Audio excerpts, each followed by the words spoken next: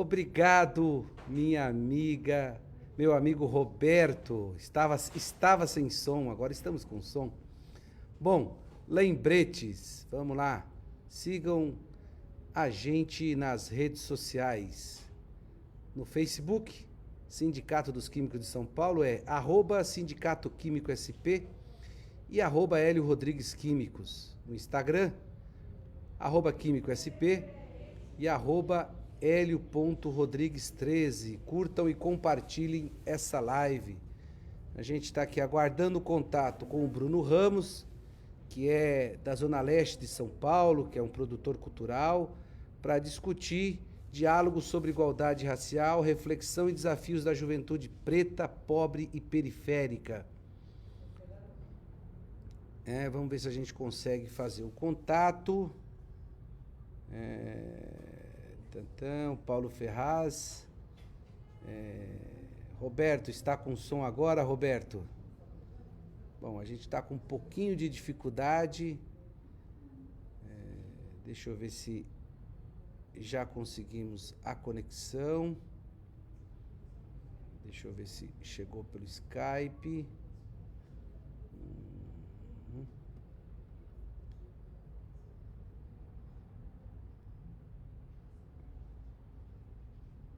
Vamos lá.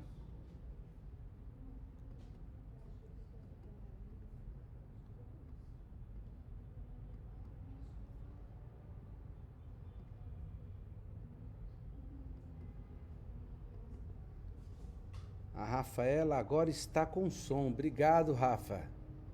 Agora estamos com som. Muito bem. Agora é só aguardar o nosso convidado. A gente começar a fazer essa live muito interessante. Vamos ver se a gente consegue o contato com o companheiro. Vamos ver.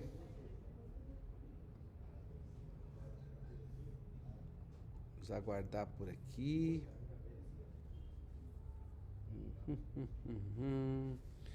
Renatinho Sena, boa noite, Renatinho, tudo bem?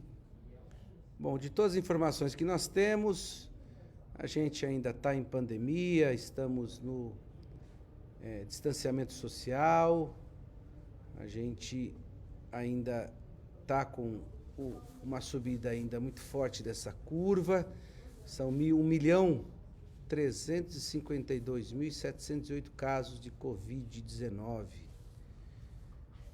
com 57.774 mortes, infelizmente. E aqui no estado de São Paulo chegamos a 14.398. Deixa eu ver aqui a Jordana que me liga agora. Só um minuto. Oi, Jordana.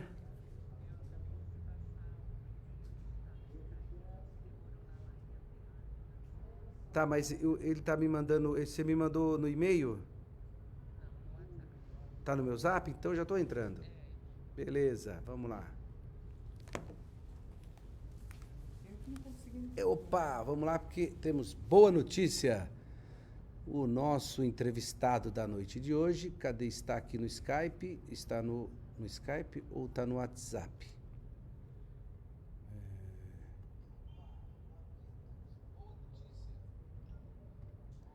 Deixa eu ver aqui o nosso querido...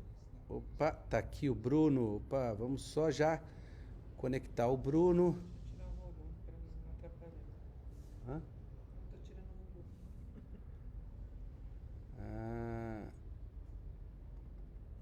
Deixa eu mandar aqui pro Bruno o nosso convite para a nossa live da noite de hoje.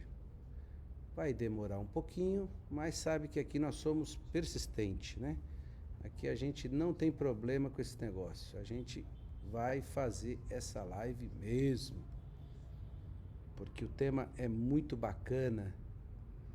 Deixa eu pegar aqui com o nosso querido Bruno. Deixa eu ver aqui.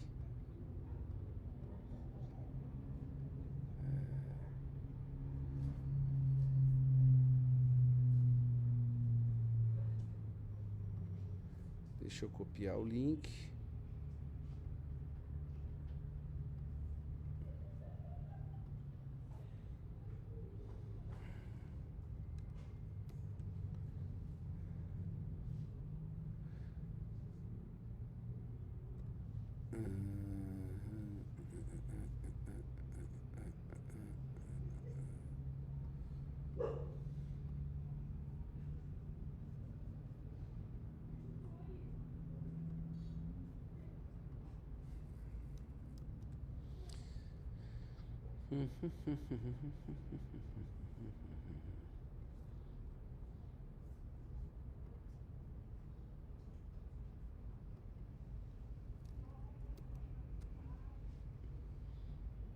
Tá aqui o Bruno. Deixa eu dar um oi pra ele. Opa.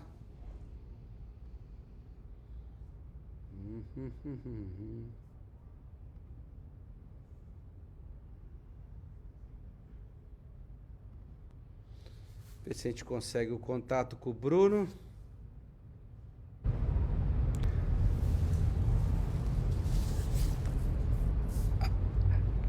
E aí, Bruno? Salve, salve, Bruno! Tava em outra live.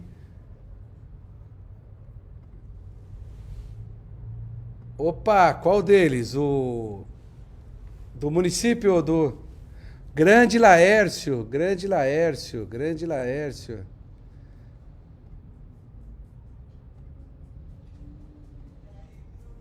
Esquenta a cabeça não.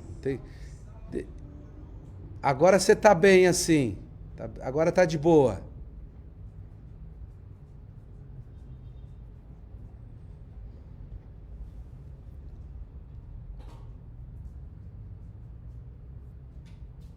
Tá joia, cara. Tá bom aí. Tá beleza. Tá beleza, tá de boa. Bruno Ramos. Bruno, deixa eu ler o seu currículo aqui. Nós vamos fazer diálogo sobre igualdade racial, reflexões e desafio da juventude preta, pobre e periférica. Bom, sei que você é ZL como eu. Deixa eu só ler o currículo aqui, porque isso aqui é uma organização do nosso amigo Rafael Pinto e ele é muito severo comigo. Ah, tem que apresentar o mano direito. Então eu vou apresentar o mano direito aqui, nosso querido Bruno Ramos. Vamos lá. Deixa eu começar aqui no nosso hoje o diálogo sobre igualdade racial, essa semana que a gente está fazendo. Agradecer demais ao Rafael Pinto, grande camarada que se prontificou a construir essa semana sobre esse diálogo de igualdade racial. Então a gente vai falar com um camarada, aqui o Bruno Ramos, que é nascido e criado na Zona Leste de São Paulo. Que lugar da Zona Leste, Bruno?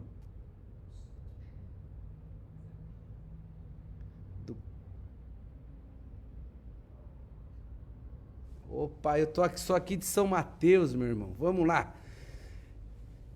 Do outro lado, ele é produtor cultural, foi conselheiro nacional de juventude, o Conjuve, por 2 mandatos, articulador nacional do movimento funk e estudante de sociologia e política da FESP São Paulo.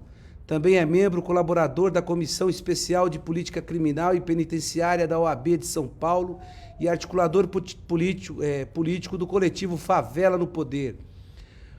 Foi vice-presidente da Associação Cultural Liga do Funk e articulou importantes vitórias para a cultura periférica como o projeto social Morada da Liga. Atuou no processo que barrou o avanço da sugestão da lei SUG 17 de 2017, que propunha a criação de um projeto de lei transformando o funk em crime de saúde pública. Em 2018, Bruno Ramos foi candidato a deputado federal por São Paulo, porque acredita que o povo deve ocupar os espaços de poder.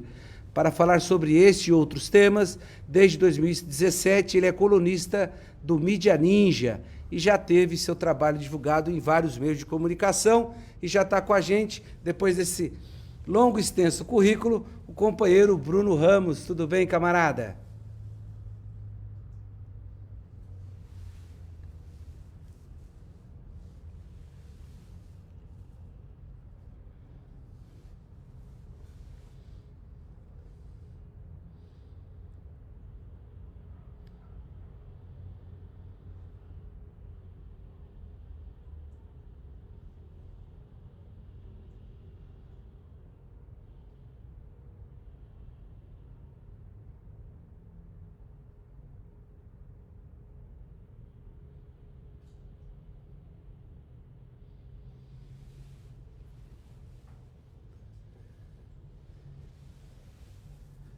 Então é isso, esse é o tema que a gente vai discutir com você aqui nessa semana de diálogo sobre igualdade racial. O que, que é isso? Os desafios que você vem na sua participação política aqui. A gente quer fazer as reflexões sobre esses desafios aí da juventude preta, pobre, periférica, como boa parte dos nossos irmãos e irmãs são aqui da quebrada, enfim. Como é que é isso? Como é que é essa sua articulação? O que, que você tem feito ultimamente? Né? Já está aparecendo vários camaradas aqui, a Rafaela do Vermelho para Lutar, o Roberto também, o Valmir Moraes também, que é do coletivo racial da CUT. Então vamos lá, camarada, contigo.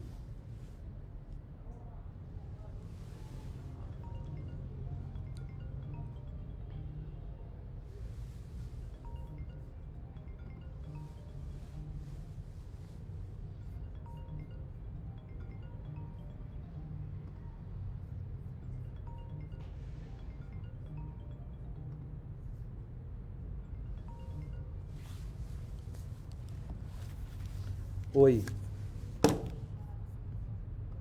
Até para começar, eu acho que depois dessa apresentação que você fez, né, eu já vou direto para as coisas que eu fiz nesses últimos 10 anos de construção pelo movimento funk, né? O movimento, ele teve essa importância de eu entender hoje, como cara político, né, eu poder desenvolver a minha persona política. Quem tem essa participação de construção única inteiramente, né, por dar esse pontapé inicial, foi o movimento funk, né? Então é dentro do movimento funk que eu entendo primeiro a questão da luta de classe, para depois eu entender a minha questão racial, né? Olha que louco. E na minha gestão, que foi de 2012 até 2018, março de 2018, ali, Hélio, por exemplo, a gente conseguiu atender cerca de 50 mil jovens sem participação de construção do poder público, né? Não teve nenhum tipo de orçamento colocado para a nossa associação, né? Então a gente mostrou que as tecnologias periféricas, desde sempre, né, elas sempre priorizaram, né, essas questões de empoderar o jovem periférico. Então, assim, está distante do poder público porque o poder público está distante de nós, né? Então a gente precisa se virar com as coisas que nós temos, e a primeira forma que a gente pensa em desenvolvimento tecnológico de periferia é o processo de contar um com o outro, o processo colaborativo de organização, né? Como tem feito todos os coletivos historicamente. E nesse processo aí eu tenho, assim, a felicidade de dizer que hoje pelo menos uns 50 artistas estão na projeção nacional geral do movimento funk, como Kekel, Drica, João, MM, pessoas do audiovisual, pessoas da produção, pessoas se tornarem empresário a partir do nosso processo de desenvolvimento e formação periférica, né? As nossas tecnologias mesmo, né? Então eu saio ali em março de 2018, pós o que eu defendi, né, como Conselheiro Nacional de Juventude, em 2017, quando estava sendo tramitado no Senado Federal um projeto de lei que visava criminalizar o movimento funk como crime de saúde pública. Como Conselheiro Nacional de Juventude, eu passei a integrar a Comissão de Parlamentos e fomos para frente, né? Tivemos a sorte, primeiro, de ter o apoio do senador Humberto Costa, né, senador pelo estado do Pernambuco, né? Numa conversa com ele falou, cara, como senador eu acho que a gente pode aí ter uma conversa com quem que vai estar nessa relatoria. E ali estava o Romário, né, senador, ex-jogador da seleção brasileira e senador pelo estado do Rio.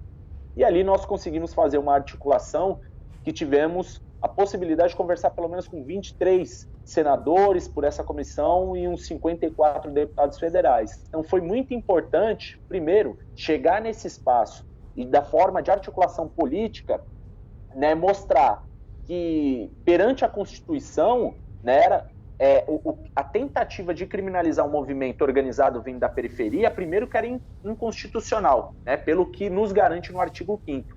Então a gente conseguiu se mobilizar, fomos para várias audiências públicas, eu tive ali o carinho e o apoio total do senador Humberto Costa, nosso senador pelo Partido dos Trabalhadores, do próprio senador Romário e de vários outros parlamentares que estiveram, né, conosco, lado a lado, nessa luta. E ali, naquele mesmo ano de 2017, foi engavetado o projeto de lei.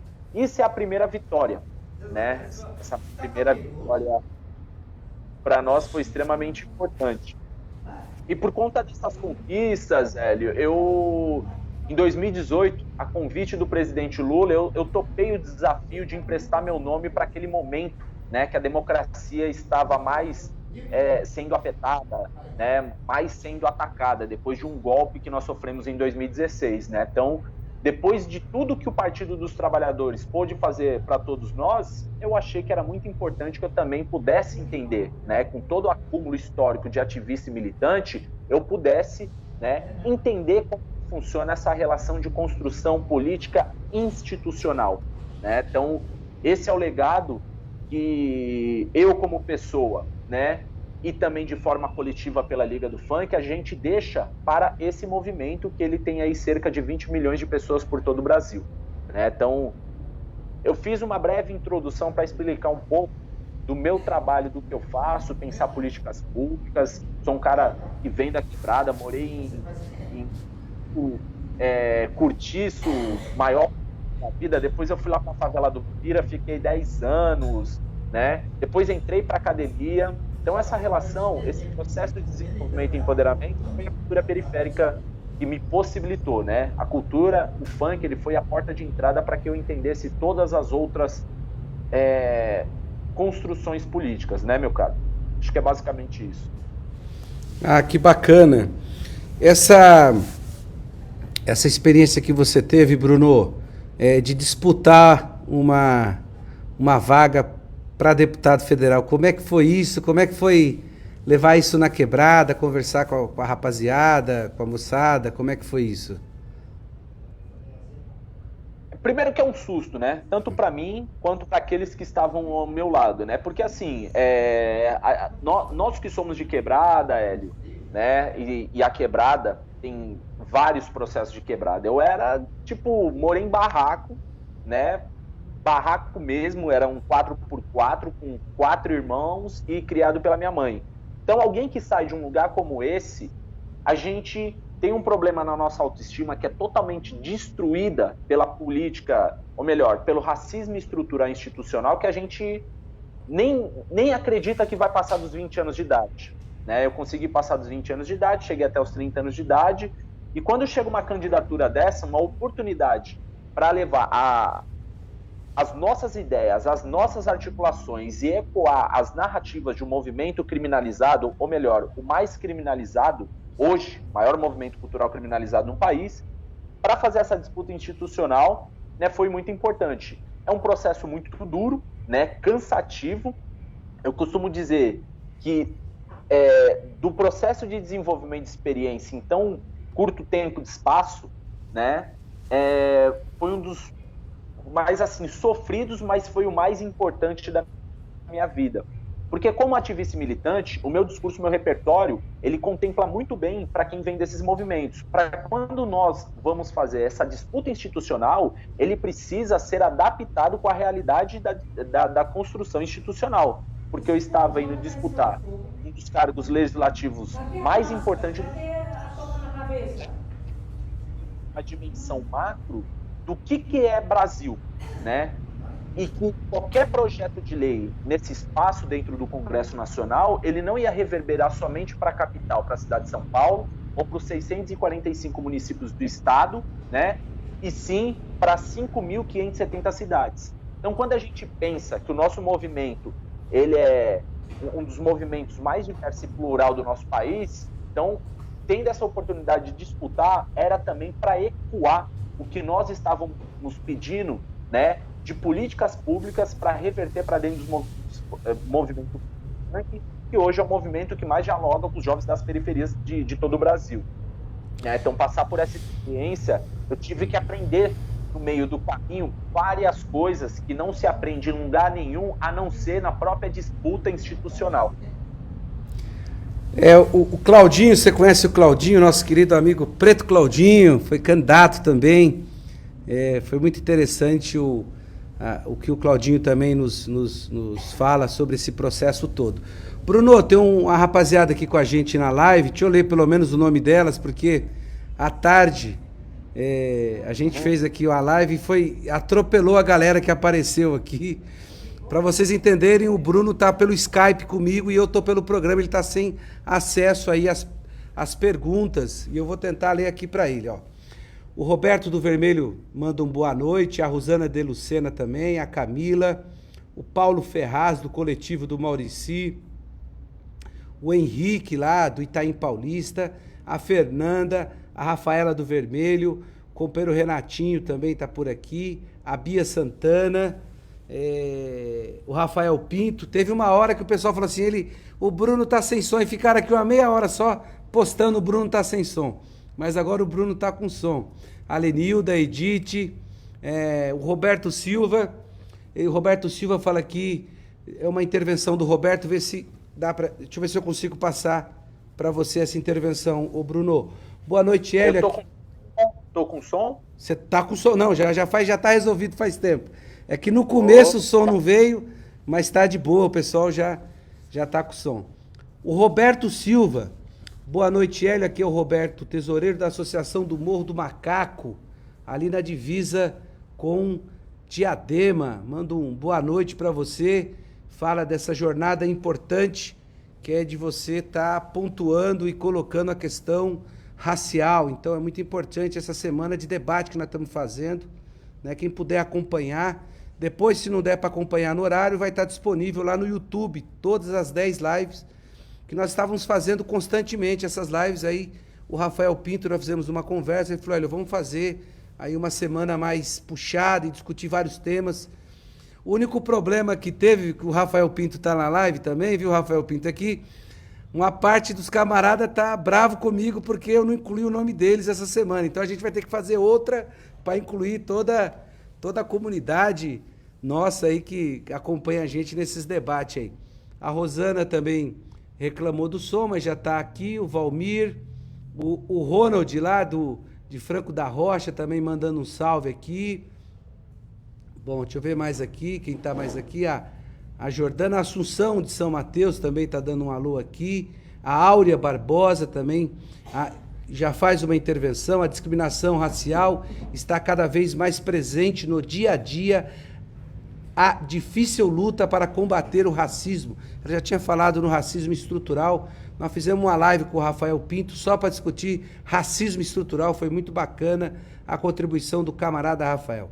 O Júlio Oliveira manda um boa noite, a Vera Nogueira, que também é de uma quebrada do Grajaú, lá da comunidade, lá da ocupação Anchieta. E a ocupação Anchieta, diferente das outras ocupações que a gente vê em São Paulo, ela é ocupação de barraco. Então, enfim, você conhece tão bem, é bem precária essa condição. Palafita. Palafita, e agora na época do frio, perto da represa, Bruno. Imagina como é que está a situação. Mas é uma grande companheira, conselheira tutelar, lutadora, lá da comunidade Anchieta. A Maria Regina manda um boa noite, a Andréa Germano também um boa noite, a Nara, a Ariana Lopes que teve o pai internado por Covid. Depois, Ariana, manda um salve pra gente aqui, para saber como é que tá seu pai. O Bob, controversista. Bruno, qual o impacto da lei de fomento às periferias para você e sua cadeia produtiva? Então a gente já fica com essa intervenção do Bob. É contigo, Bob, Bruno. Velho de estrada, tá ligado? Um cara que eu respeito muito, é do hip hop, né? Professor também, é um cara que a gente já trocou muito, né? Principalmente ali na época da ocupação da Funarte, né? Em 2016, quando houve o impeachment, que nós ocupamos o prédio da Funarte, né? E dali já começa a sair, pipocar várias ideias, pensando nas prioridades das periferias, né? Inclusive foi no mesmo ano que foi sancionado pelo ex-prefeito Fernando Haddad, né? Bob, a questão do impacto, né, que teve da lei de fomento das periferias, a gente como produtores culturais sabe como que isso reverbera positivamente na quebrada, né? Então, assim, eu acho que o processo de empoderamento dos jovens pretos periféricos é justamente, né, pensar ferramentas, né, recursos necessários para que a gente possa fazer um processo de formação de qualidade. Porque se a gente não tem orçamento, a gente não tem ferramenta, a gente não tem espaço físico, a gente não tem equipamento, a gente não vai deixar de fazer. Mas as nossas formações, ela fica limitada. E a lei de fomento, ela foi extremamente importante, né, para que pudesse, mais do que empoderar, né, fazer que todas as vozes pretas periféricas, elas tivessem um alcance, um processo de organização, que muitas hoje trabalham com processo de formação pensando e visando a questão da economia criativa e solidária.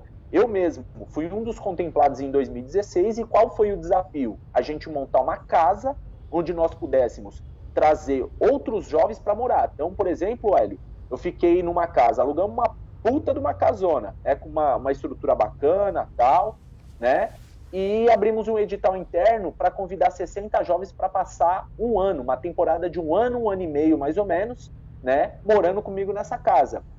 Ali nós tínhamos 4 refeições por dia, conseguimos construir um estúdio de gravação para esses jovens músicos, aspirantes a artistas do movimento funk, né?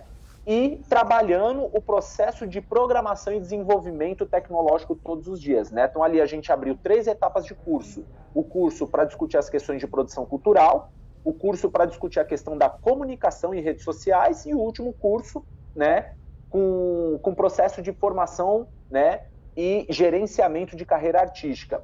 Eu, como cara do funk, eu penso hoje, para além das questões de políticas públicas, é também fomentar, pela lógica do empreendedorismo, como que nós podemos ampliar a nossa cadeia produtiva.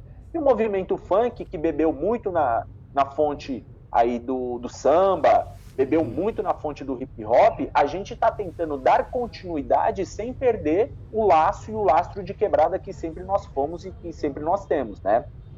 Então, assim, essa casa, ela foi importante. Nesse processo de um ano e meio, essa vivência, dos 60 jovens, por exemplo, para você ter uma ideia, Hélio, 40, 45 que eu acompanho já estão muito bem posicionados. E eram jovens que tinham histórico de extrema vulnerabilidade social e que nós conseguimos, com a nossa metodologia periférica, dar um redirecionamento para a vida dessas pessoas. Então, assim, foi extremamente importante. E quer saber mais? No processo que nós estávamos na casa, eu montei todo um projeto, um planejamento para tentar captar recursos com a iniciativa privada, né? E também com o poder público. E quando eu montei esse projeto, eu sentei com algumas esferas do poder e me chamou muito a atenção quando eu sentei com a Secretaria de Cultura do Estado. Não me recordo o nome da pessoa que me atendeu, mas depois, em algum momento, se alguém perguntar, eu posso ver nas minhas anotações, né? Eu entreguei o projeto, só que eu não tinha planilha de valor, de orçamento, de custo. Eu queria entender a percepção deles. Esse consultor que elaborou o projeto conosco e falou, ó, vai por esse caminho, quando eu sento com as pessoas da Secretaria de Cultura do Estado, eles falam, Bruno, muito bonito o projeto, né? Todo o processo fotográfico e de vídeo que vocês fizeram aqui, mas para custear um projeto que vocês estão fazendo, né, com planejamento de um ano e meio mais ou menos, isso aqui dá um custo para a Secretaria de 3 milhões. Eu falei, nossa. Então, ou seja, ali eu fiquei muito surpreso, porque para além de ter uma alta capacidade de formação periférica, né, de ensino e de educação, a gente mostrou que a gente também é muito sensível num processo de gestão e responsabilidade com o dinheiro público, porque eu consegui fazer exatamente esse mesmo projeto com 10% do orçamento que a Secretaria de Cultura do Estado falou, que era 3 milhões, eu consegui fazer com 300 mil. Enfim, foi essa entrega que nós fizemos para a cidade, né? Essa tecnologia que o despertar dele foi que esses jovens pudessem replicar nos seus lugares, né? E que por conta de 2017, do processo da tentativa de criminalização institucional do movimento funk, precisamos fechar a casa devido a ameaças que nós recebemos, né? A vários processos de perseguição, e eu, como ali responsável liderança nessa gestão, o que nós entendemos? Que enquanto as ameaças viessem para mim, tá tudo bem, eu consigo resolver e eu tenho os caminhos para articular isso por conta das pressões políticas. Mas, a partir do momento que eu começo a deixar exposta, vulnerável a vida desses jovens que moram comigo, aí já começa a se tornar um problema, um perigo maior, né? Então, eu nesse lugar, eu não poderia ser irresponsável de tentar tensionar, né, na preocupação de que acontecesse alguma coisa com isso.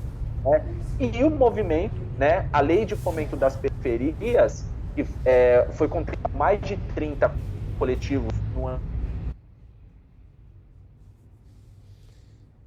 Tivemos um probleminha de conexão, deixa eu ver se o Bruno volta aqui rapidinho.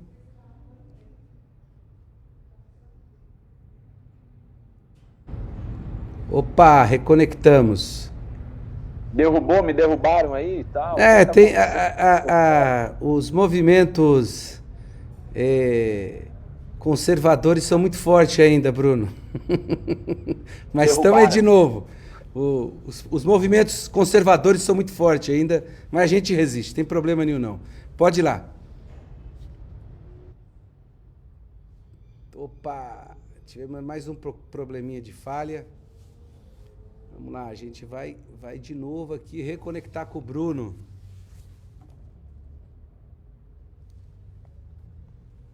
O que você perdeu aí? Bruno, tamo aí de novo? Voltei. Tamo aí de novo. Eu já fiz live, cara, que caiu 200 vezes. Mas a gente vai até o final, porque a gente não desiste fácil, não. Pode continuar aí. Jamais. Cara, eu acho que assim, a experiência do Lei de Fomento das Periferias, primeiro que assim, foi levantado, né, e o movimento cultural das periferias foi de extrema importância. Primeiro que assim, foram sensíveis e cirúrgicos para contemplar e beneficiar historicamente aquilo que o poder público ou outras lideranças que tentaram assumir esse lugar dentro da máquina não foram possíveis, né? Então é uma articulação, uma política pública criada pelos movimentos da cultura, com a cultura e com a base periférica totalmente, né? Você não consegue entrar hoje para disputar um edital. Primeiro que um edital é uma linguagem dos infernos, elitista, que segrega os nossos e que dificulta o processo. Então, a sensibilidade das pessoas, que é o Marcelo, Pablo Paternostro, né? Várias pessoas responsáveis por essa que estavam à frente e todas as outras pessoas que ajudaram, né? Estou falando aqui das pessoas que estavam ali mais à frente, né? Que foram cirúrgicas, que dedicaram maior parte do tempo, né? Fernando Ferrari, enfim, muitas delas, né? O próprio Bob Controversista, sem sombra de dúvida, contribuiu muito com todo o seu conhecimento, né? E que a gente conseguiu emplacar uma política pública, né? Que hoje é uma das maiores e mais importantes. Primeiro que a gente quebra essa lógica da linguagem academicista, elitista, que é um saco, né? Até para quem está dentro da academia, a própria linguagem acadêmica é um saco, né? Porque o processo de tradução dela para a ponta é foda. Isso que eu estou trazendo aqui é de uma percepção de um cara que está dentro da academia, né? E não tem nada a ver com criminalizar a intelectualidade. Tem a ver com criticar o processo de formação acadêmico, que é um saco, mas é importante. É um saco, mas é importante. Também acho. É importante porque a gente tem que garantir o canudo, né? Mais tem que do que aprender, tem que garantir o canudo. E tem um rigor, né? Tem que ter um rigor acadêmico de que nem tudo que se fala tem que ter comprovação, né? Você não pode falar que o hidroxicloroquina resolve sem ter feito teste, né? A academia é boa nisso, mas tem uma parte dela que é muito chata, confesso a você também. Aí é a ciência, aí é a ciência. A gente respeita todos os tipos de ciência, né? A ciência, os processos de formação. Eu, no meu lugar, sou estudante de Sociologia e Ciências Políticas, né? Eu tenho a sensação que a rua me formou muito mais do que estar no espaço institucional. É lógico que é importante, mas eu entro ali com uma estratégia de hackear a estrutura da lógica eurocêntrica para traduzir para o meu povo, para traduzir para os meus que estão ali na ponta, inclusive para não ser mais objeto de estudo. Quando o objeto de estudo chega dentro do espaço acadêmico, vira uma confusão. Falou, porra, e agora? Porque tudo que eu vou trazer vai contrariar uma boa parte. Só que eu consegui consolidar amizade com intelectuais importantes, com professores que foram fundamentais na minha formação. Só que a metodologia, em algum momento, ela precisaria e deveria ser mudado para não cair mais nessa lógica elitista, a ponto de eu ouvir, por exemplo, Hélio, que para eu me tornar um bom sociólogo, eu tinha que ter um vocabulário super refinado. Ah, vai pro inferno, mano. Na moral, eu sou de quebrada, eu falo com os meus e eu consigo me entender, entendeu? Essa é a questão que tanto o Bolsonaro nos ataca, que é a questão ideológica que a gente tem. Sabe de onde veio e essa jornada, ela com certeza ela forma muita gente. Quando eu cheguei também na universidade, eu já sabia por onde que eu ia caminhar, porque eu sabia de onde eu vinha. Então é isso que você falou. Você vai lá capturar o que você quer para poder usar como ferramenta de intervenção que você acredita. E é isso mesmo, não tem, tá correto. Oxalá a gente cada vez mais tivesse pessoas que conseguissem ter essa interpretação, entrar para o meio acadêmico e capturar para o o seu universo, seria muito mais interessante do que estar com um linguajar rebuscado, enfim, falando meia dúzia de bobagem. Difícil já é Karl Marx para ler, né? Esse já é bem mais difícil, mas traz aí uma interpretação muito importante da sociedade. Mas é difícil, mas vamos lá, faz parte do nosso aprendizado, né? Eu acabei de falar para o nosso presidente Laércio que Marx e Jesus Cristo foram dois caras muito foda. O problema é o fã-clube. O fã-clube de Jesus Cristo e de Marx, mano, é um negócio surreal, Hélio. É um negócio assim que perde a paciência. Você sabe que Marx falava o seguinte, numa certa época, ele falava assim, juntava esse fã-clube e falava assim, nós somos marxistas. Aí ele falava assim, tô fora, com esse pessoal eu não ando não. O próprio Marx. Fã-clube é uma porcaria mesmo. Eu não sei se você viu um vídeo, eu não sei se foi ontem na Folha que apareceu, eu olhei bem rapidamente, porque eu não sou assinante da Folha, olhei pelo UOL mesmo, aquela coisa de olhar o que tem de propaganda, e eu vi um vídeo muito bacana de um camarada que traduz para quebrada, não sei se você viu. Eu tenho assistido muitos vídeos, né? Inclusive, eu quando tenho tempo, eu também acesso outros veículos de comunicação, porque não dá também para eu ter só uma percepção da bolha que nós vivemos dentro da esquerda, porque também erra pra caramba, né? Mas ela é muito mais assertiva como qualquer outra que tá aí fora falando groselha, né? Mas no lugar que eu estou, por exemplo, Hélio, um cara que vem da quebrada, que vai para academia, que entende a linguagem política e a linguagem do mercado, eu tô falando de 4 mundos completamente diferentes. Uhum. Então, assim, até para que eu possa desenvolver a minha persona política, eu costumo dizer que eu me tornei um poliglota de uma língua só.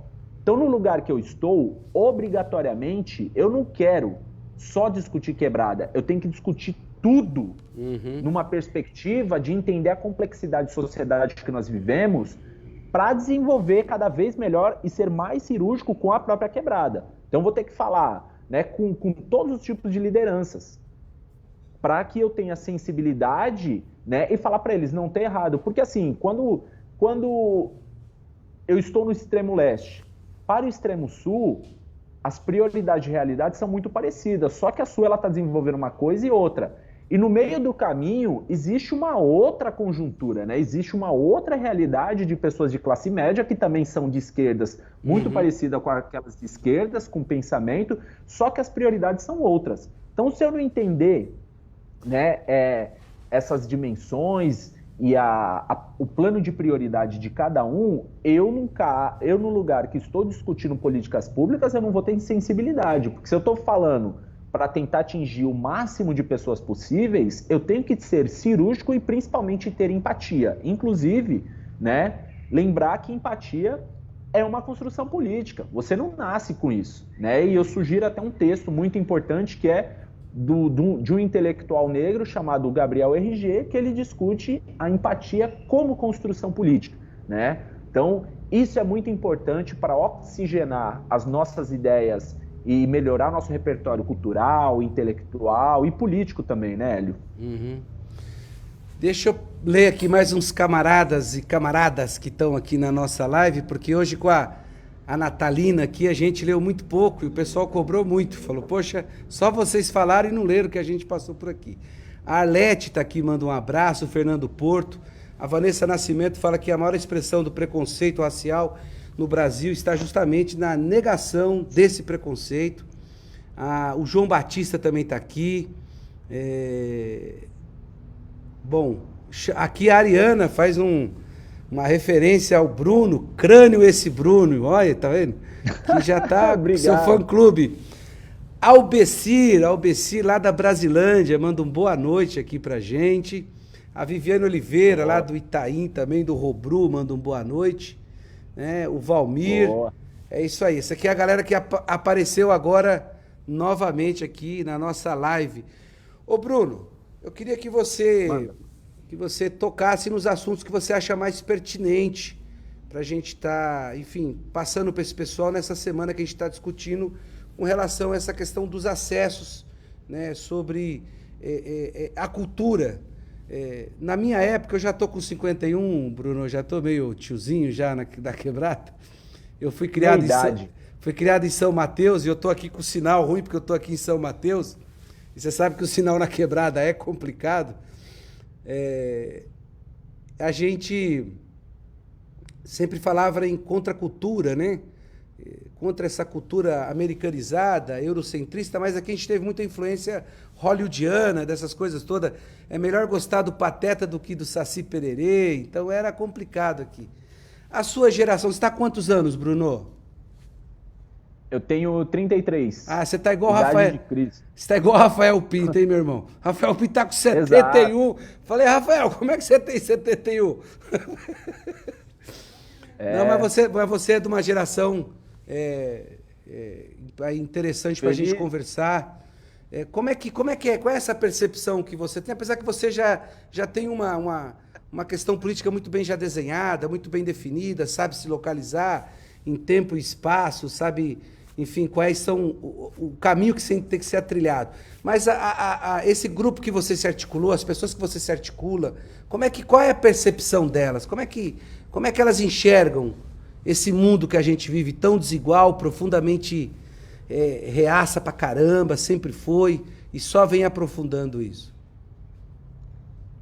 Hélio, isso aí é a pergunta de R$1 milhão, né? Porque assim, como eu transito em várias camadas sociais, eu falo desde quem tá na ponta mesmo, muito fudido, tipo pessoas em situação de rua, né? Fudido numa questão de amparo social, da negação de políticas públicas, como pessoas da classe média e classe média alta. Então, para cada tipo de público, eu tenho que transmitir um tipo de sensibilidade, o que é prioridade para nós e entender o que é prioridade para eles. Em alguns momentos, né, parece que a gente está dizendo a mesma coisa. Só que a elite, a burguesia é egoísta pra caramba, né? Eu classifico como atávico inviável, né? Herdeiros de ociosidade, né? Improdutíveis, né? Então, mas eu preciso dialogar, e eu não estou falando na sua dimensão. E se a gente está discutindo um ponto que é extremamente importante, inclusive, né, quando você puxa a questão dos 71 anos bem vividos do Rafa Pinto, quem dera se todos os nossos pretos tivesse essa forma rica de conseguir passar pelo menos dos 20 anos de idade e chegar até os 71 anos. Então o Rafa é essa figura que nos inspira e que nos ensina muito, né, o que ele percorreu durante esses 70 anos de vida, passando pelas dificuldades do racismo estrutural e institucional. E é um momento, por exemplo, Hélio, da gente chamar atenção, principalmente do que explodiu no mundo nos últimos tempos, né, que foi a morte de George Floyd, né? Blackout Tuesday, toda terça-feira, das pessoas brancas comprometidas com a luta antirracista estarem se envolvendo. O que é estar comprometido? É começar a questionar nos seus lugares de privilégio quantas pessoas negras estão ali, né? Então, assim, eu tento fazer a diferença do que é pessoas brancas da branquitude. A branquitude é esse sistema que mata, que encarcera, que oprime, né, que são donos dos meios de produção, de comunicação e que tem a maior fatia da estrutura de articulação no país e o poder da caneta, né? Eu estou falando em todas as esferas, legislativa, executiva e judiciária. Então essa é a branquitude, pessoas que não estão nem aí para o pobre, preto, favelado, as pessoas simples do dia a dia, periféricos, né? E as pessoas brancas que já têm sensibilidade, né, que reconhecem os seus privilégios, é importante que elas estejam conosco na luta antirracista. Não adianta chegar e falar assim, eu não sou racista. Enquanto você não estiver fazendo nada. Enquanto você estiver sendo omisso de tudo que está acontecendo, né, você sempre vai ser um racista. Então, com todos esses privilégios, o que essas pessoas estão fazendo para mudar realmente essas estruturas de poder, né? Como que elas estão se movimentando no dia a dia? Se posicionar nas redes sociais é mais do que obrigação. Eu estou falando assim, numa questão de estrutura diariamente, né? O que essas pessoas fazem? Então, as pessoas brancas que já entenderam isso, elas são muito bem-vindas à nossa luta, né? Uhum. É importante, porque eu, como cara preto, por exemplo, Hélio, eu não vou conseguir desconstruir uma roda de branco, homens, escroto, ou até que tenha mulheres brancas ali. Eles simplesmente vão olhar para mim e vai falar, porra, Bruno, mas você está se defendendo. Então, quando a gente consegue trazer para a nossa luta um branco alinhado e ele consegue entender a compreensão, ele não precisa falar para mim, por exemplo, que ele não é racista? Ele vai estar querendo ganhar biscoito. É melhor que ele entenda que o papel dele é desconstruir os outros amigos brancos dele. Porque ele, como homem ou como mulher branca, no meio dos amigos dele, ele vai ter muito mais condição de desconstruir do que eu. Assim, é importante que a luta antirracista ela esteja muito alinhada com a luta das questões de gênero. Eu, como homem, negro, periférico, cis, homem hétero cis, qual é o meu papel na luta de desconstruir a lógica do patriarcado, né? De desconstruir a lógica da misoginia, do machismo, né? Então, eu como homem hétero cis, a minha obrigação é estar no meio de outros homens falando que eles estão errados quando eles fazem algum tipo de piada, seja machista, seja homofóbica, né? Então, eu estou num lugar que eu tenho que ter sensibilidade de cobrar e orientar e ser didático com quem está no andar de cima, e eu também tenho que me cobrar e ter empatia em algum momento quem está num outro lugar, né? Que não seja esse que eu estou falando do lugar de muita vantagem social e não privilégio. Para quem vem da periferia não tem privilégio, né? Nós que somos periféricos, nós temos vantagens sociais, então cabe a mim ter um processo de empatia e uma fala cirúrgica para tentar cruzar essas fronteiras que entre uma e outra tem um abismo social, um abismo cultural, um abismo intelectual que é muito difícil da gente conectar todas essas pontas. A gente teve aqui uma conversa muito bacana semana passada com o professor Val, né, do movimento LGBTQI+. LGBTQI+. Foi muito bacana que ele trouxe esse debate pra gente. Ele é negro, ou como fala meu amigo Claudinho, preto. Não, nós somos preto, agora preto é negro. E eu sei que são duas definições que os movimentos têm muito claro o que é isso. O Rafael Pinto já acha que as duas cabem, né? Mas a gente respeita a posição dos companheiros sobre essa questão de ser, além de tudo, de ser LGBTQI+, ainda ele é negro e sofre diversos preconceitos. Queria falar uma coisa para você, Bruno, que ao longo da minha experiência de militância, e aí já vai alguns anos, algumas décadas, né? Eu fiquei muito animado no sentido da luta antirracista, não que essa expressão tenha sido cunhada agora, não foi cunhada agora, mas que agora ela entrou com muita força, porque eu acho que ela nos localiza também, como você falou, que nem fala a minha mãe, o branquelo aguado, que eu sou, porque minha mãe é morena, negra, de um tom mais claro, nos ajuda a poder fazer isso que você falou. Não é se posicionar que você não é racista, você tem que ser antirracista. Eu acho que isso vai dar, e a gente tem que aproveitar no sentido de usar essa condição para poder fazer esse debate, porque de vez em quando eu vou te falar enquanto militante de esquerda, a gente não sabia se localizar muito nesse debate. Eu sou a favor, eu sou contra o racismo. Contra não, né? Vou ser justo aqui com você. Eu não sou racista porque uma parte grande da minha família é preta, né? Meus sobrinhos são pretos, então como é que eu ia me posicionar? Quando a gente vê esse movimento agora, recentemente, que vem dos Estados Unidos, mas se esparrama pelo mundo, e fala que você tem que ser antirracista, eu acho que nos coloca dentro dessa luta com muita clareza. Ou você é antirracista ou você é racista. Agora não tem como mais ter essa imparcialidade. Então, exatamente o que você falou. Eu me senti mais à vontade para fazer a luta, né? Porque eu falava, como é que eu vou... Eu até brincava com o Rafael Pinto, como é que eu vou chegar nessa roda, esse branquelo aqui, e falar, estou junto com vocês. Né? Agora me dá mais condição de falar, não, nós estamos dentro de um projeto antirracista. Eu achei muito importante isso, viu, o Bruno? Eu quero trazer uma questão aqui, Hélio, assim, com todo cuidado, sendo cirúrgico, né, que todos nós estamos passíveis de erro nesse sentido, né? Não é porque eu sou um cara preto periférico que não quer dizer que eu também não possa reproduzir o racismo, né? Porque o racismo também, ele divide a gente, ele é tão potente nas nossas cabeças que às vezes a gente está reproduzindo. Eu, como um cara preto, eu jamais serei racista, né? E não existe essa lógica de branco maluco falar que existe racismo reverso. Isso não existe, ligado?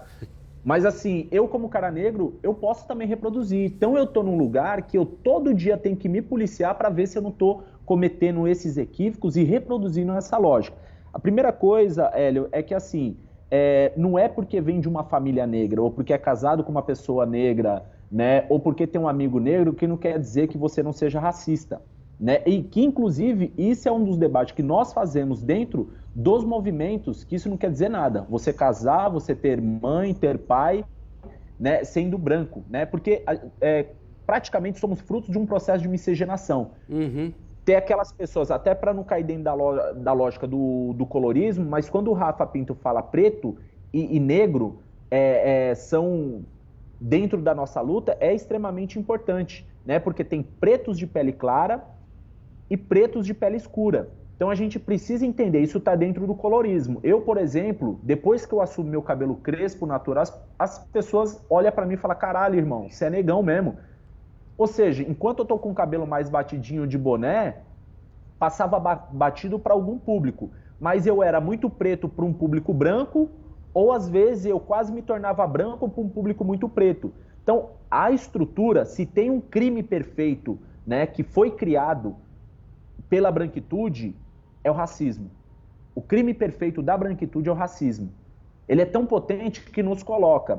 E uma coisa que eu preciso trazer aqui, não é que a luta antirracista está chegando agora para as pessoas brancas, não quer dizer que a gente já não está fazendo essa luta há muitos anos. Porque eu, como cara preto, desde quando eu me conheço por gente, eu tento, né, de alguma forma, rebater isso. Eu sofro racismo desde quando eu nasci, né? Simples fato na escola primária, né? Seu cabelo é duro, essas coisas, esse tipo que é entendido, né, como brincadeira, isso não é brincadeira, isso é racismo, isso é violência, né? É classificado até dentro da pedagogia para esse tipo de ensino como bullying, né? Esse tipo de pressão psicológica, o nome disso é racismo, né? Então, esses tipos de coisas, eu já venho desde quando eu sou criança, eu tenho quase que a certeza absoluta, né? Eu vou colocar 99,9%, que se você perguntar isso pro próprio Rafa Pinto, né? Desde quando ele é criança, que ele passa por isso. Se eu tô com 33, o Rafa com 70, desde quando ele nasceu, ele sofre o racismo. Ou seja, a nossa luta, ela vem de muito tempo, né? Ela vem desde um processo de um país colonizado como o nosso. Então, está chegando agora para as pessoas brancas. E uma questão também, Hélio, que é o seguinte, quando as pessoas falam assim, precisamos dar voz para as pessoas negras, tira isso da cabeça, branco não dá voz para ninguém, certo? Se vocês querem reconhecer que a gente precisa ter visibilidade, né, e articulação em outros espaços, reconheça financeiramente primeiro. Todo preto que um branco chamar para fazer um tipo de fala, qualquer tipo de articulação, tenta buscar e viabilizar algum tipo de recurso. Porque para algumas pessoas é militância, mas para nós é trabalho. Para algumas pessoas é ativismo, mas para nós é trabalho. Isso é luta diária, entende? Então é importante que as pessoas entendam essa relação constantemente. E mais do que isso, tem um outro problema que é muito foda, que isso também é reflexo do racismo que nós sofremos, né? A gente é importante para falar das questões raciais em vários espaços, mas por que a gente não é importante para ocupar espaços de tomada de decisão? Então o racismo, ele sendo estrutural, institucional, né, as pessoas brancas tentam beber nas nossas fontes e se mostrarem desconstruídos bastante, com uma autoestima que bate na lua, a ponto de achar que pode discutir, né, num processo de representatividade dentro das instituições. Isso não existe. Se a gente é bom para estar falando isso, né, em vários espaços, na academia, empresas, dentro de militância, dentro de ativismo, as pessoas brancas precisam entender que nós somos bons o bastante também para ocupar espaços institucionais. Eu, por exemplo, depois de um processo de experiência em 2018, que eu saí candidato a deputado federal, eu iria sair candidato esse ano novamente, né? Iria sair candidato para disputa como vereador, só que se eu estou falando de ancestralidade, se eu estou falando de luta política, por exemplo, Hélio, por que no meu lugar, respeitando a todos que vieram antes de mim, eu não poderia abrir mão da minha luta, de uma construção e participação política nesse momento, para apoiar uma outra pessoa que já está há muito mais tempo, né? Então, eu estou abrindo mão da minha candidatura para apoiar uma mulher preta periférica que ela tem 30 anos de luta. É quase o que eu tenho de idade, eu tenho 33. Né? Quando eu estava começando a engatinhar, ela já estava na luta por moradia, que é a senhora Carmen Silva, líder, né, do MSTC, enfim. Então, assim, é uma sinalização e também um processo de politização, porque se eu tivesse que esperar das pessoas brancas do nosso partido, por exemplo, isso não viria. Então eu estou fazendo um gesto nobre de reconhecimento da luta de uma mulher como Carmen Silva. Eu abro mão da minha candidatura para ser o coordenador, né, e fortalecer a candidatura dela e, de certa forma, ajudar a construir qualquer tipo de candidatura preta periférica que achar que as coisas que eu estou falando é importante nesse momento. A Carmen, mãe da Preta. Quando eu fiquei sabendo que ela era candidata, eu chamei ela para conversar e coloquei à disposição para poder ajudar a companheira, porque é super importante mesmo, como você falou. O Roberto do Vermelho é um cara muito chato, ele já está me xingando aqui, porque ele fez uma pergunta e eu não li. Calma, Roberto, eu vou ler. O Roberto faz uma colocação aqui, o racismo acaba quando existir separação racial depois de 322 anos de escravidão nesse país. Deixa eu ler aqui a pergunta do meu querido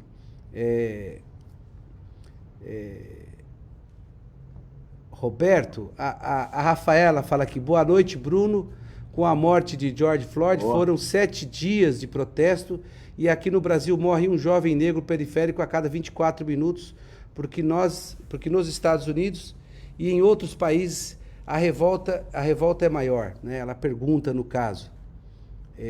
O Paulo Ferraz também faz um questionamento, mas deixa eu ler aqui a pergunta do Roberto. E a Leti faz aqui uma provocação que eu vou tentar ler certinho para não cometer nenhum erro e ver se é isso mesmo antes da gente caminhar aqui. Mas deixa eu ler a pergunta que ficou lá para trás, que o pessoal aqui é o Roberto. Aí ele diz assim, ó, pergunta ao Bruno Ramos qual a dificuldade encontrada na questão, acho que é do funk, sendo institucionalizado enquanto movimento. E depois, fizemos o projeto Rolezinho e deu super certo. Você entendeu a pergunta? Eu consegui ler direito para você, ô Bruno? De quem que é a pergunta? É do Roberto Santos, companheiro que lidera o movimento de moradia vermelho para lutar. Ele que fez a pergunta do rolezinho. Do rolezinho, isso. Sim. Tem a da companheira que ela fez, falou sobre a luta. A Rafaela. Agora, tem uma pergunta aqui que eu quero que você responda. O Ítalo Cardoso, ex-vereador, ex-deputado, entrou aqui na live, mandando um abraço para você, Bruno. Deixa eu ver aqui. Obrigado. O Carlos também, Carlos Camargo. Bom, a Leti faz aqui uma pergunta, mas ela faz várias.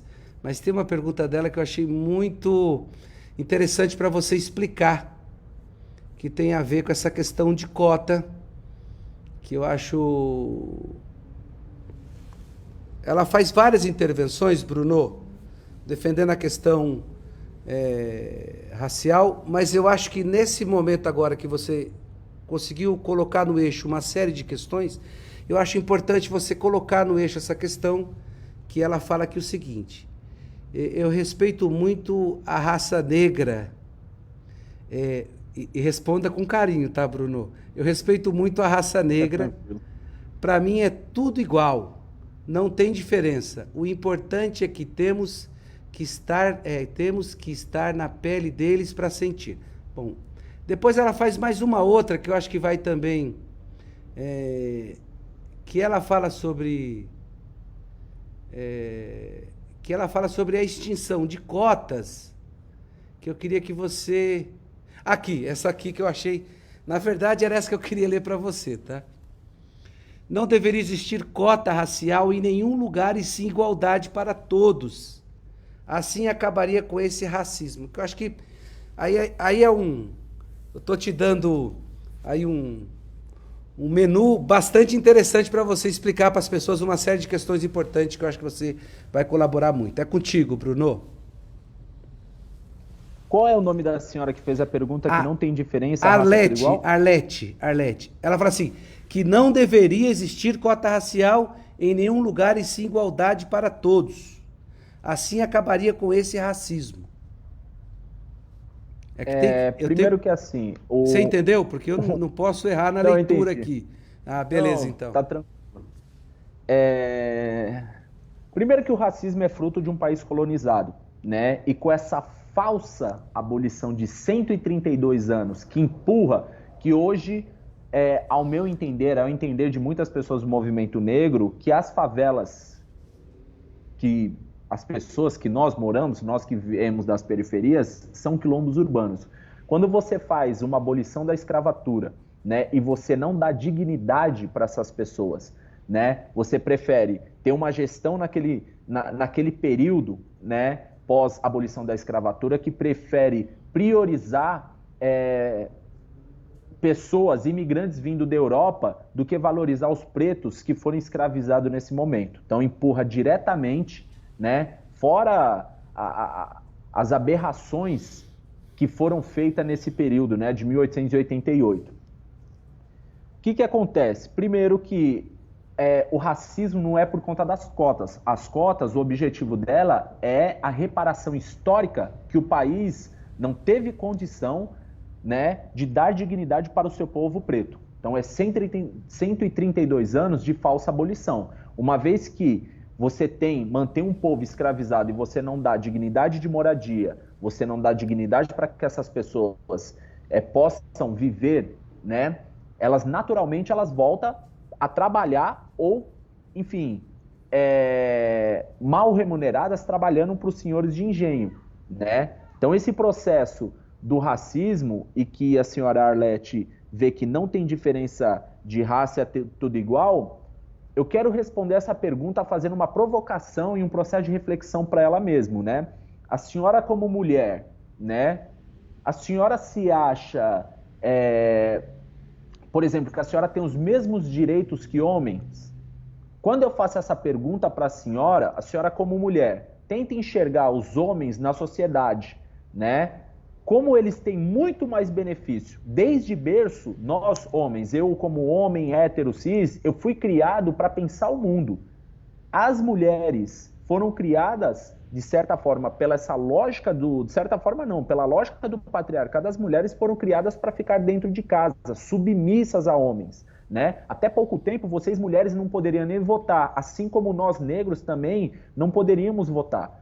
Então, o que acontece, por exemplo, nos Estados Unidos, que explodiu, não é pela uma questão de ter uma consciência racial maior por parte dos pretos, e sim pelos brancos estadunidenses terem entendido que para luta contra o racismo era importante que eles tivessem.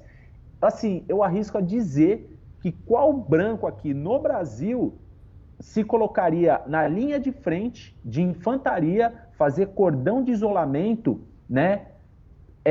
Protegendo as pessoas negras de serem violentadas pelos policiais. As pessoas admiram a política antirracista estadunidense, mas os brancos que tem no Brasil aqui, até agora eu não vi fazendo nenhum tipo de cordão de isolamento. Se tem, não chegou em mim, entende? Então, assim, é lógico que tem brancos importantes, mas estão muito distantes dessa realidade do que acontece na lógica estadunidense. E que, inclusive, a nossa questão, o movimento negro do Brasil, ele serve como inspiração para muitos intelectuais do mundo inteiro.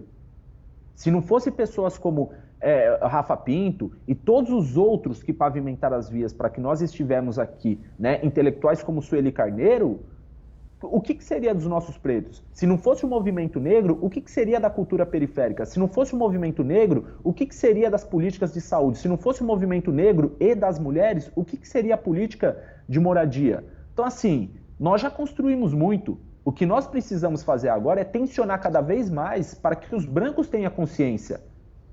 Porque isso é mais um fruto do racismo, de tentar colocar preto como preto contra preto, que não entender que as cotas é um processo, né, de reparação histórica, né, e para tentar igualar a sociedade. Puxa para a universidade, sei lá, vou chutar uma aqui, uma PUC, por exemplo. De 500 professores, eu arrisco de dizer que não deve ter nem 20 professores pretos. Puxa as outras instituições, puxa uma USP, puxa a FESP, onde eu estudo. A FESP. Até agora eu não tive aula com um professor preto. Até agora. E os poucos livros que eu li dentro da FESP foi de história de pessoas negras.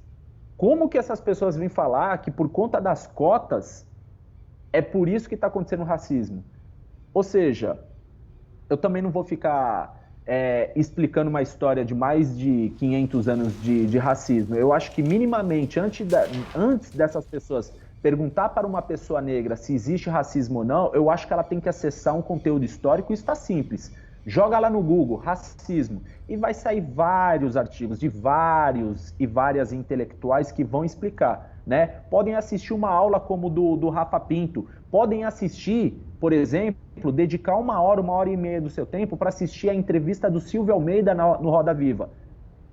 Mas as pessoas brancas também se acomodam, querem vir perguntar diretamente para nós para que expliquemos o que é o racismo, sem se dar ao luxo, à vaidade de pelo menos acessar um conteúdo. Então, antes de vocês perguntar qualquer tipo de coisa para a pessoa negra, se isso é certo ou não, se isso influencia ou não, tenha, assim, o discernimento e a capacidade de pelo menos ler, assistir, trocar entre vocês, né? Que tem também muitas pessoas brancas que já ajudam outras pessoas brancas a desconstruírem, né? E não cobrem da gente, né, que pessoas negras na ponta, só pelo fato de ser preto, tem a obrigatoriedade de ser desconstruído, né? Eu vim me entender como pessoa negra quando eu tinha 26, 27 anos de idade. Olha o que a parada do racismo fez na minha cabeça. Eu quase me embranqueci pela vestimenta, né? Por vários processos. Olha o que as mulheres, né, que passam por procedimento cirúrgico de estética precisam fazer para se enquadrar num padrão estético branco, que é construído pela mídia. Então, assim, não pense que toda pessoa negra vai conseguir resolver ou te explicar, né, por que cotas é importante ou não. Então, é o primeiro caminho que as pessoas brancas podem fazer, é ler, assistir, se inteirar. A gente está vivendo um momento histórico que está pipocando um monte de coisa nas redes sociais, né? Não sei. E dona Arlete, eu estou falando assim, né? Primeiro, por eu não saber com quem eu estou falando com o maior cuidado, sem te gerar nenhum tipo de incômodo, né, pessoal, não é uma ofensa pessoal. O que eu estou falando em resposta às suas perguntas, às suas colocações, eu não tenho sombra de dúvida que eu já estou resolvendo e respondendo várias outras dúvidas de pessoas que estão nos assistindo. Então não pense que isso é uma bronca, e sim, é um processo de militância que me forjou e me condicionou para que eu estivesse nesse lugar, né, falando para fora. Então, eu acredito que eu tenha conseguido responder essas questões, Hélio. Eu respondi, não me alonguei? Foi tranquilo, foi jóia, foi... Nós estamos numa semana de diálogo sobre igualdade racial, tem muita coisa para a gente conversar essa semana, vai voltar, vai ir, tem temas aqui, e espero que a Lete esteja até sexta-feira com a gente aqui. Vamos passar pelo T Caçula, que vai ajudar, o Tadeu Caçula também, fazer um debate legal com a gente. A gente teve a professora Ieda Leal, semana passada, aqui fazendo um debate também muito interessante. A Ieda, que é lá de Goiás, esteve aqui com a gente. É isso aí. É muito legal que você falou uma coisa que eu aprendi já acho que muito tarde para mim. O padre Júlio Lancelotti, num debate, ele falou para mim o seguinte: você tem que aprender a viver com as suas contradições. É verdade. Nós temos muitas contradições para poder superar. E o meu cabelo não é mais enrolado porque ele acabou e está ficando baixo, está só fazendo redemoinho. Mas a gente, enfim, acho que muito legal o que você falou. Deixa eu só ler quem passou por aqui, porque essa contribuição a gente vai estar recebendo a semana inteira e tratando as nossas contradições, é isso aí. O Valmir, que estava com a gente. Arlete, obrigado, continue com a gente. Nós queremos discutir cada vez mais isso. O Cleidson, que é lá do Jardim Helena, São Miguel Paulista, da Quebrada. O Wellington, lá do Jardim da Conquista, aqui de São Mateus, grande camarada. A Jusileide, que é lá da Pedreira, porque a nossa live é só andar na periferia, essa aqui, né? O Fernando Mota, que é o companheiro que dirige o Boteco Socialista lá no Butantã, grande Fernando Mota, está aqui o nosso companheiro do Boteco Socialista, que passou por aqui.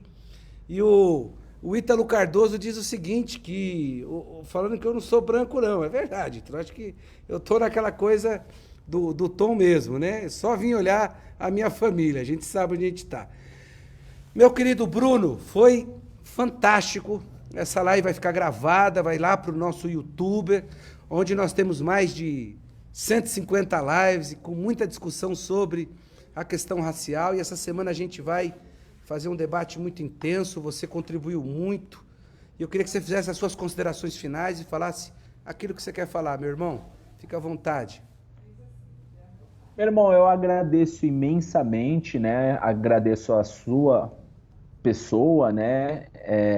Te parabenizar pelo trabalho que você já constrói, né, Hélio? Então, a gente se encontrou poucas vezes em algum lugar lá, talvez você não lembra muito, por conta do cabelo que cresceu, eu usava mais boné, né? Mas assim, tenho admiração pelo seu trabalho, quero agradecer imensamente na figura do Rafa Pinto, que fez essa articulação, me coloca inteiramente à disposição, né? Espero que as coisas que eu trouxe aqui, né, o público que está nos assistindo, se tiver alguma dúvida, pode me seguir nas redes sociais que a gente vai tentar sanar, inclusive, né, preparar materiais para isso, né? Tem uma luta de 10 anos pelo movimento funk, né, o maior movimento cultural do país, e falar para as pessoas também me seguir nas redes sociais, ou pela rede do Facebook, ou eu trabalho muito mais no Instagram. No Instagram tá como @BrunoRamosFunk, que pode ser procurado também no Twitter. O meu trabalho ele tá muito mais concentrado no Instagram, né? Te agradecer as pessoas que nos assistiram, agradecer imensamente a todo mundo que fez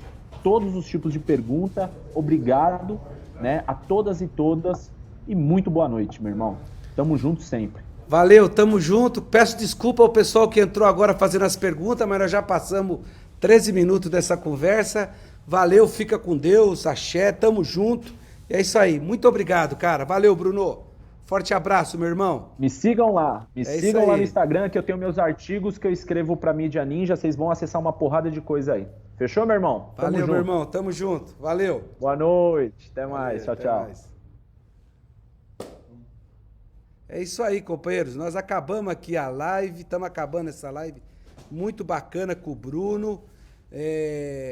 A gente pede a compreensão de todos, que não deu para ler todo mundo que estava. A Carolina Giannini entrou aqui na página agora. Ai, que bacana. Ele veio aqui acompanhar esse debate nosso. Quer dizer, entrou, não sei se entrou agora, mas escreveu agora. Peço desculpa por não ter lido todo mundo que passou pela live.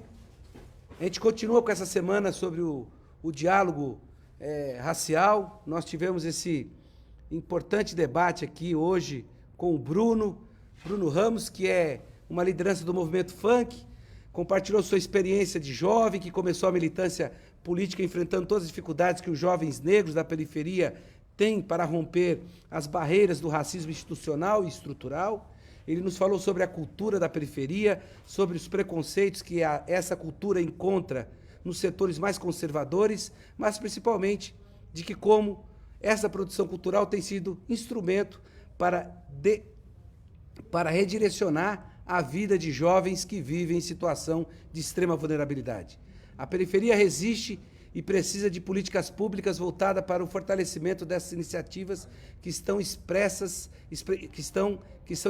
artísticas, mas também geram emprego e renda e transformam a realidade para melhor. Apoiar a juventude da quebrada tem que ser nosso compromisso. Boa noite, fiquem com Deus, até mais, tamo junto.